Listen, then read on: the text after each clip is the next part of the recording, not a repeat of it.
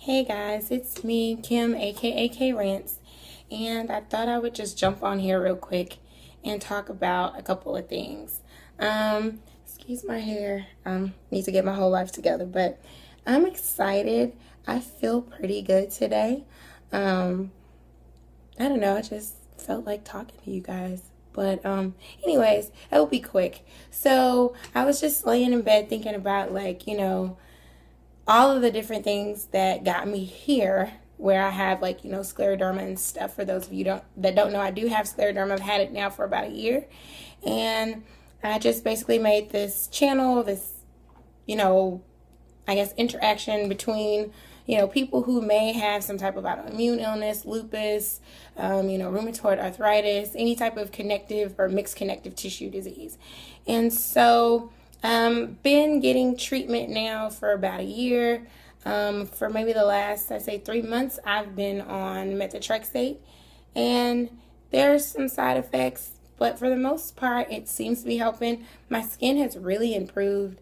I'll probably have to get a better camera at some point, but it's not as patchy and scaly as it once was, which is really good.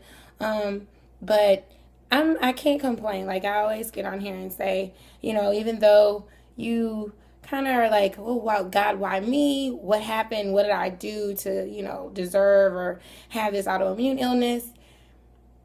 It's just something that happens to some of us. Like I believe mine was, I was genetically predisposed. My mom had polymyositis and scleroderma, which are both rheumatoid related diseases. And so I just think with the environmental factors, like I was in school, I had a lot of stress, I'm a single parent. I think all of those things combined, it created the perfect recipe for me to get what I have. So at any rate, I wrote down a couple of things. And I just want to talk about 3 things that you should do just to kind of deal better with getting like a chronic illness, like once you get a diagnosis. As some of you may know, I work in human services. I'm actually like a freelance social worker, behavioral health consultant. I work for an agency right now, but my goal and my dream is to be a freelance social worker. So mental health, behavioral health is something that I'm very passionate about, and I actually want to kind of like look at behavioral health just from like a macro level perspective. So like how do things that we do every day, how do our relationships, our environments impact us? And so this is kind of where this post is going. First off, I just want to say there are 3 things that I think are very important when you get autoimmune disease: reducing stress, adopting a healthier lifestyle, and then joining or creating some type of a support group or circle. Having a chronic illness can be like just one is completely life changing, but it's stressful. And you think about like all the things that we do on a day-to-day basis that like impact us negatively.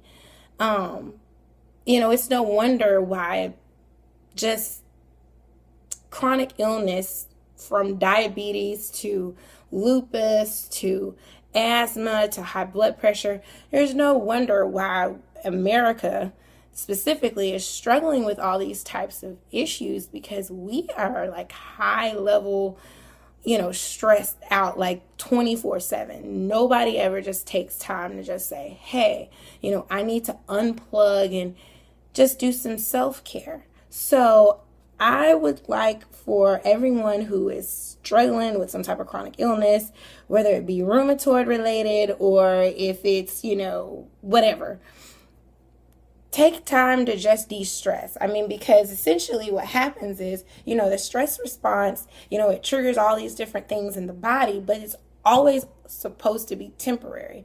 So when we continue to worry and, go through all these things where we continue to submit ourselves to these long bouts of stress, it's really just dismantling, the functionality of what the body is supposed to do. And so then it just, gives way for things such as lupus and scleroderma and all these other things that we don't want to manifest itself. And honestly, I believe, like I said, I really think that was like, I already had the genetic predisposition, but when I started my master's program a couple of years ago, And then I went straight through. I was taking like 15 hours a semester because I finished in 18 months. That was a lot, and I mean, just mentally, physically, it was draining, and it was just a constant beating up on my body. And we have to be mindful of those things. I know some of us, especially women, we're moms, we're wives, we're sisters, aunties, we want to take care of everybody in the family. Sometimes you just got to say no. Learn how to say no. No is good. No is healthy. No will maybe keep you from just completely going over the edge. So I think, again, reducing stress, that's always important. The second one was, of course, adopting a healthier lifestyle. Adopting a healthier lifestyle, I believe, is like, I don't know where I would be, honestly, had I not changed how I ate and just started doing little bitty things that were in my best interest, like walking, and you don't think about like how inactive you are until like you get active, so just maybe walking, down the hall, you like, oh God, I'm winded. Why am I winded? I'm 33 years old. I should not be like, but it's one of those things where, you have to kind of condition your body and retrain your body to, build up that type of perseverance. And, especially the food. Our food supply is already garbage, in my opinion, especially in this country. And of course, I could go on a whole nother rant about how they make the foods that we're supposed to have, the foods that are good for us, they make them inaccessible.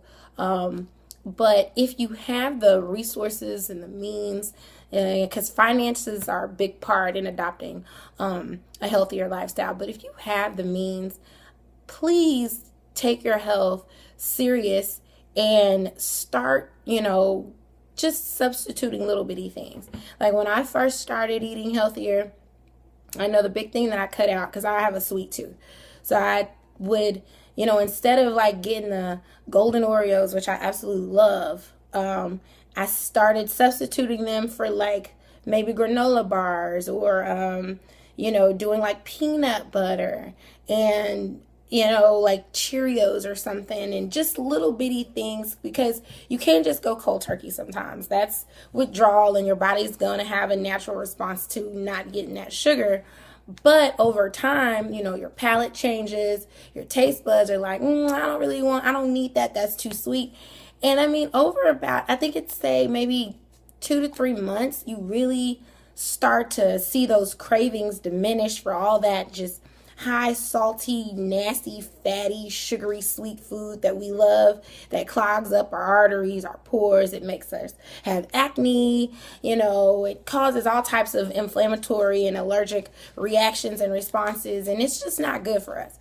So, again, adopting a healthier lifestyle, just walking, I think, would help, especially when you're talking about diseases that, cause inflammation.